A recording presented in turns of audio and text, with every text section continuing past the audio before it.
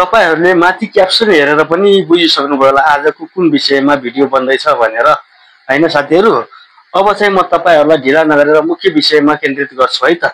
तपाईहरुले यो भिडियो पुरा हेर्नुस्, मन परेमा लाइक कमेन्ट पनि गर्नुस् र तपाईहरुलाई उपयोगी लाग्छ भने फेरि कुनै दिन काम लाग्छ भने यो भिडियोलाई शेयर गर्न पनि नबिर्सनु होला। र साथै तपाईलाई म अब मुख्य जानकारी दिन चाहन्छु के भने तपाईको फेसबुकमा तपाईको साथी बन्नु भएको छ तपाईको साथीहरु, तर उहाँहरु मूर्ति बनेर बसिरहनु भएको छ। ती मूर्तिहरुलाई कसरी सायद लगाउने यो विषय धेरै जनाको उत्सुकताको विषय हो र धेरै जनालाई चाहिने विषय पनि हो र धेरै जनाले खोजेको विषय पनि हो र त्यही विषयमा म आज यो भिडियो बनाउँदै छु र तपाईले अब यो भिडियो पुरा हेरेर एक शेयर चाहिँ गरिदिनु होला है साथीहरु। लाइक कमेन्ट त छँदै छ। तपाईलाई म अब यो भिडियो सुरु गरेर देखाउँछु। यहाँ स्क्रिनमा हेर्नुस् है त।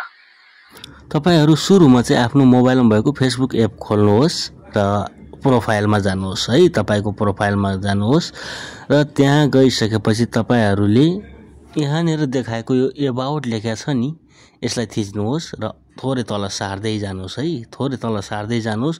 त्यहाँ देख्नुहुनेछ तपाईले सी अल फ्रेन्ड लेखेको, यो सी अल फ्रेन्डलाई थिच्नुहोस् है।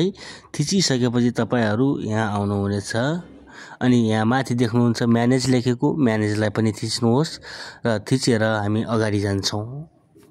अब यहाँनेर आइसकेपछि तपाईहरु कन्फ्युज हुनु होला अब यो हामीले हेर्ने कसरी भनेर। तपाईले यहाँ देख्न सक्नुहुनेछ लिस्ट इन्टरएक्टेड विथ भनेको छ। त्यसलाई थिच्नु होला है। यसलाई थिचेर अगाडि जानुभयो भने तपाईले देख्नुहुन्छ यहाँ तपाईको यो 90 दिन भित्र तपाईको कुनै पनि एक्टिभिटी गरेको छैन यहाँ साथीहरुले। जस्तै मेरोमा अहिले 255 जना देखाइरहेको छ। देख्नुभयो नि। यसरी नै तपाईले आफ्नो प्रोफाइलमा चेक गर्नु होला र राख्ने नराख्ने भन्ने कुरा चाहिँ तपाईमा भर पर्छ र तपाईलाई मैले यो जिम्मा दिए र तपाई अब यसरी नै चेक गर्नु होला। यी भनेका मेरा मूर्तिहरु हुन्। यिनीहरुले अहिले समय भन्नाले यो 90 दिन भरिमा मेरो प्रोफाइल एकचोटी पनि भिजिट गरेका छैनन् है।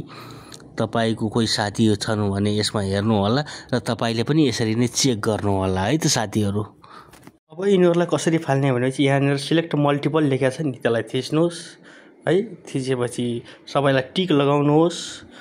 जति जनालाई फाल्नु छ तपाईले, जति जनालाई राख्नु छ तपाई राख्नुस् र टिक लगाएर यहाँनेर तल यो अनफ्रेन्ड लेखेको छ नि हो त्यसलाई थिच्नुहोस् र अनफ्रेन्ड पनि गरिदिनुहोस् भन्छु है। मेरो सल्लाह चाहिँ अब तपाईलाई गर्नु छैन ठिकै छ बसिरहेछन् भन्ने मन लाग्छ भने चाहिँ राख्नुस्, नत्र भने यस्ता मूर्तिहरुलाई नराख्दा नै सही है मेरो सल्लाह। ल आजलाई यति नै यो भिडियो। अब मन परेमा चाहिँ शेयर गर्नुस्, लाइक कमेन्ट त छँदै छ है तपाईहरुको तर्फबाट सपोर्ट।